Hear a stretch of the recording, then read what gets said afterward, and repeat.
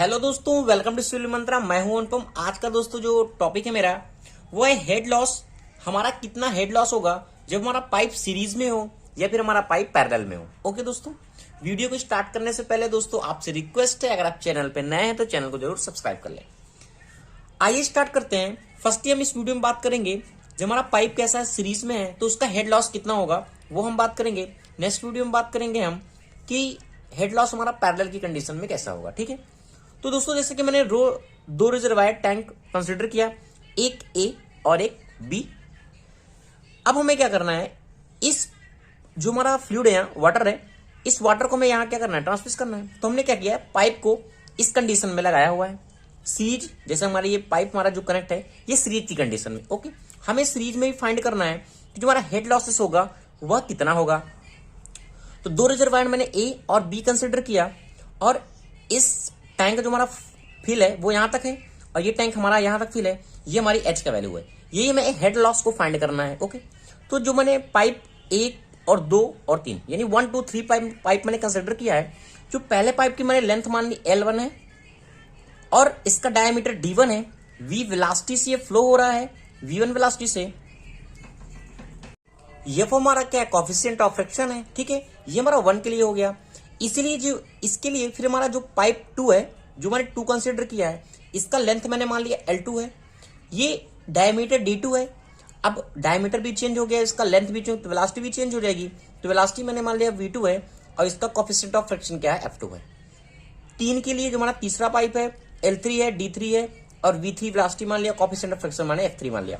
इस तरीके से सीरीज पाइप हम क्या कनेक्ट कर सकते हैं अगर हमारा कोई भी न्यूमेरिकल में क्वेश्चन पूछा जा रहा है। ओके, तो देखते क्या है इस तरीके से। अगर हम इसका डिस्चार्ज की बात करें कि जो हमारा डिस्चार्ज होगा, अब डिस्चार्ज हमारा क्या होगा, हर एक पॉइंट के लिए इक्वल होगा।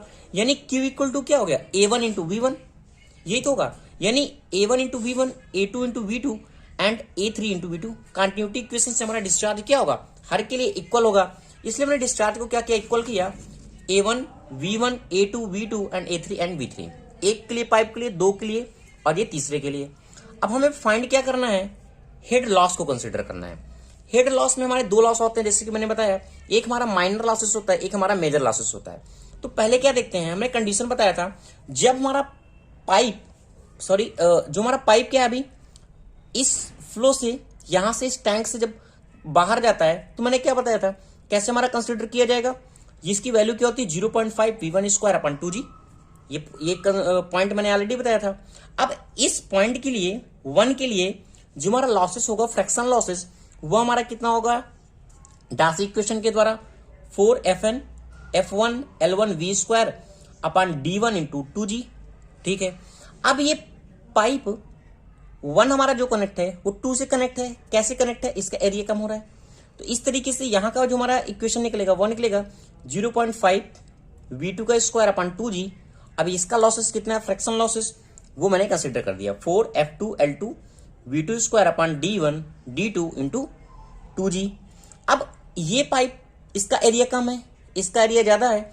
यानी इस कंडीशन में आपको मैंने बताया था कि जब हमारा पाइप क्या है, सडन इनलार्जमेंट हो रहा है, तो हमारा फॉर्मूला कौन सा यूज होगा, V2 minus V3 square upon 2G।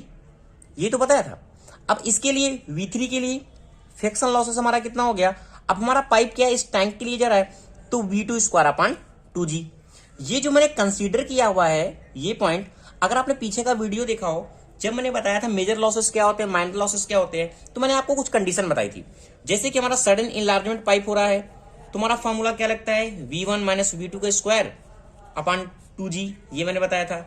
अब सडन हमारा कंस्ट्रक्ट हो रहा है पाइप, यानी एरिया कम हो रहा है, तो मैंने क्या बताया, 0.5 V2 का स्क्वायर अपन 2G। तो ये फॉर्मूले ऑलरेडी दोस्तों मैंने बता दिए हैं कि किस कंडीशन के लिए हमारा कौन सा फॉर्मूला यूज होगा। ओके, अब यहां जैसे एग्जिट ऑफ 5 के लिए हमारा क्या होगा, V3 के लिए है तो V3 स्क्वायर अपन 2G, ये हमारा फॉर्मूला है। ओके, फिलहाल डेरिवेशन में आपको अगर आता है तो ये ध्यान रखना है। बाकी क्या है, जो भी हमारे माइनर लॉसेस हैं, ये हमारे माइनर लॉसेस हैं सारे। हमारा जो फ्रैक्शन होता है वो हमारा क्या है, मेजर लॉसेस है। तो जितने भी हमारा माइनर लॉसेस है उनको क्या करना है, हमें निगलेक्ट करना है।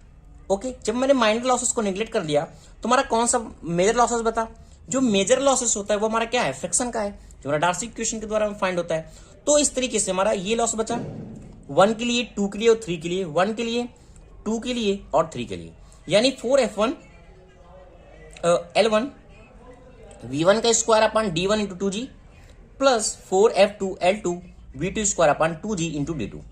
इसी तरीके से पाइप 3 के लिए 4F3 L3 V3 का square upon D3 into 2 into G। अगर हमारा कोफिशिएंट ऑफ द फ्रैक्शन सबके लिए इक्वल है, यानी F1 F2 एंड F3 की वैल्यू इक्वल है, तो हम क्या कर सकते हैं, F पुट कर सकते हैं।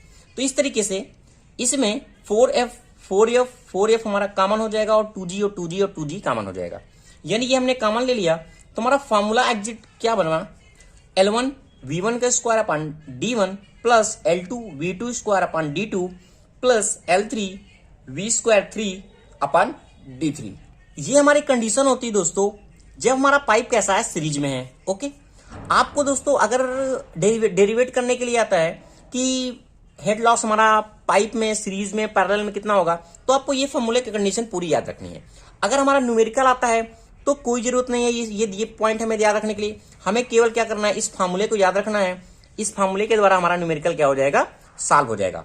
दोस्तों ज्यादातर इस कंडीशन के लिए हमारा न्यूमेरिकल इसमें पूछा जाता है, थ्योरी बहुत ही कम पूछा जाएगा कि हेड लॉस हमारा पाइप सीरीज में क्या होगा, पैरेलल के लिए क्या होगा, डेरिवेट करने के लिए।